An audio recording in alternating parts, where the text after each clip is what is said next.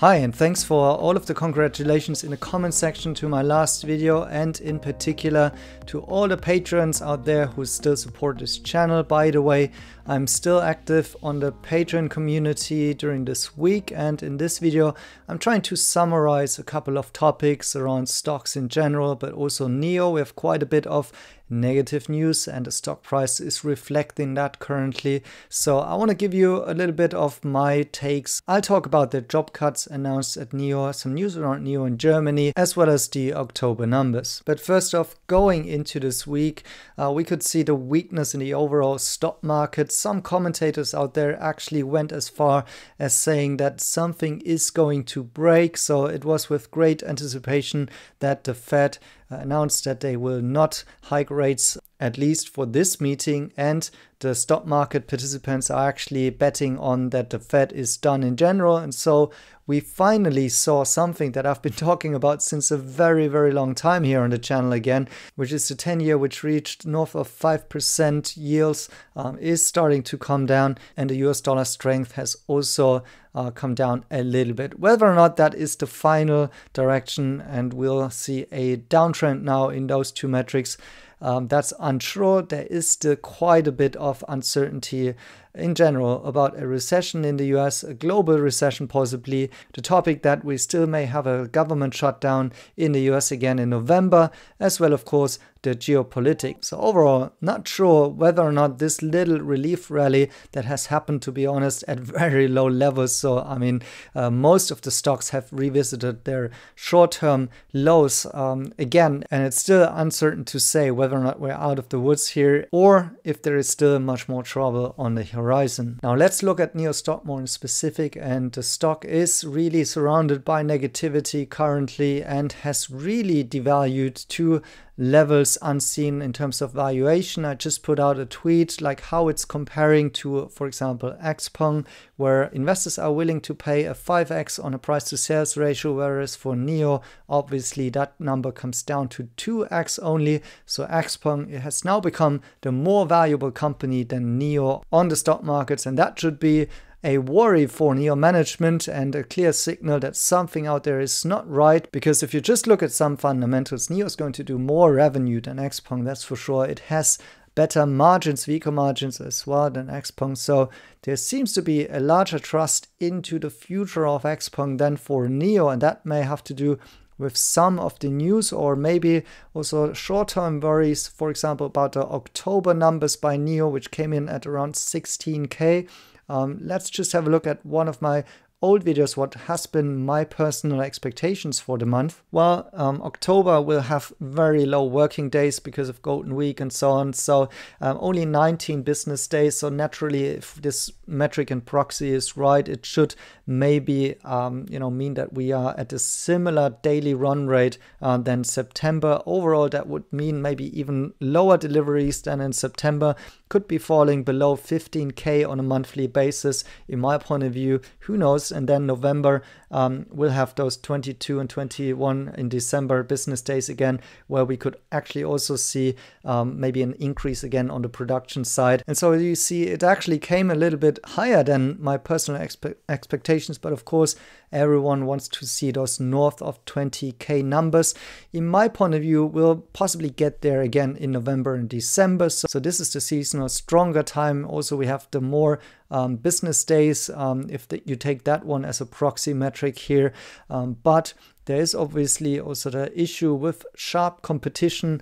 So for example, Aito or Leapmotor, as well as Avatar and other brands, they have now introduced new models or have lowered their prices again. But anyways, it might be well the case that these numbers are coming in still quite nicely for a year-over-year metric, and in a year of a platform transition, still NIO might be doing north of 30% year-over-year growth. And so my overall takeaway is that I'm not disappointed by these October numbers, and that I'm thinking the year 2023 ultimately could be a quite acceptable year for NIO still, given all that happened going into the year. Plus, it's not only NIO that is facing trouble. We'll have to see whether or not the sales push by, for example, XPeng, Leapmotor, by Aito and so on will actually be sustainable, or whether or not they will actually be fading out as they have in the past. And also even the top sellers like Li Auto, which by the way are not selling fully purely electric vehicles, they are facing possibly issues on the regulatory side in the future. For example, we see some restrictions on non-pure electric vehicles, so for hybrids or range extended vehicles like Li Auto, that they will not be granted the same access to roads during restricted phases in Beijing traffic, and I think we'll see more of that in the future. I'm going as far as saying that green license plates, which are a big benefit if you want to get a car in China, should not be given to plug-in hybrids and range extended vehicles like Li Auto. And if that should be the case, then Li Auto will be forced to sell pure electric vehicles to participate in the future, and we'll have to see how well Li Auto's, for example, Mega will be selling. They're still at the very start. Obviously, they can act from a position of strength as that they are profitable, but on the other hand, NIO has done such an investment in R&D and infrastructure build-out many years ago. Now, while the stock price is not necessarily the fundamentals of the company, there are also many negative aspects currently for NIO. They got some very bad press when it comes to Germany. More on that in a bit. And currently, of course, the big news is that NIO has announced to lay off 10% of their staff. So Li Bin confirmed the rumors that in an email to employees that they're about to lay off some of their staff. So 10%. In my point of view, that's actually not a huge number yet. So it's cutting a little bit of that fat and excess here off. That's quite normal for companies to do, right? But I think in the case for NIO, it's also a signal to the market that NIO wants to become more efficient, and that has even gone so far that Elon Musk on Twitter came out and commented on that news and said, well, NIO might be in trouble. And I have to say honestly, although I'm a big fan of Elon Musk and I'm a big Tesla investor, but still I think such kind of a hypocrisy isn't going down well, and I don't appreciate these words about NIO putting some sort of a focus on that, given the fact that Tesla has been in a similar situation in the past. In 2018, they cut 10% of the workforce. In 2019, they had cuts that also was during the time that Tesla was unprofitable. And already last year, again, Tesla cut 10% of their workforce. So that is something that is very healthy in the end for companies, because there is these periods in where there is too much hiring going on. And I could imagine that particularly in a Chinese ecosystem where there's a lot about speed sometimes, and there is maybe not a lot of oversight by the middle management, and there can be quite a bit of excess and double hiring, which is not great for the company.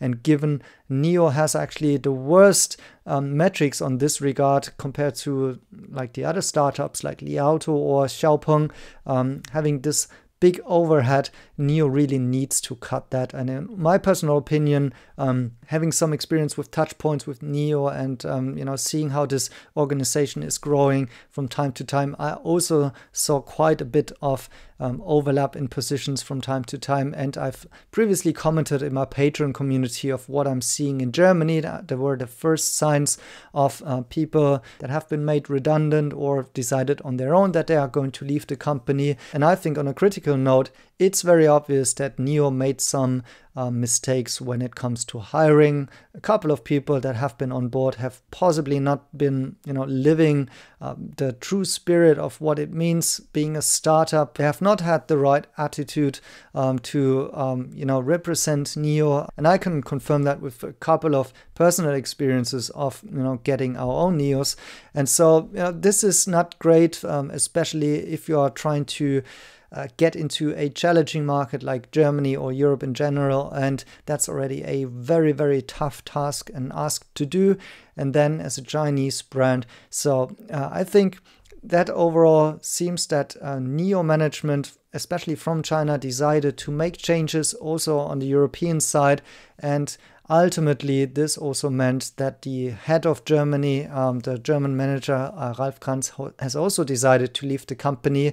I don't want to speculate what has been the reason exactly, but the reason must be that there have been different views by him versus the other parts of the management, how to make NIO a success in Germany. And so therefore now it's Marius Heiler who has taken over the lead in Germany, and he's already started with a couple of incentives for purchasing NIO cars. So seems like now there is a little bit more pressure than before. This whole thing, by the way, didn't go unnoticed by the more general press, and so Manager Magazine had an article about NIO being a good product but facing difficulties with the organization and their scalability in Germany and beyond. So I think NIO needs to watch now this wave of negativity because of course along with the stock price and a large amount of unclear open questions, for example, what's going to happen with the factory and so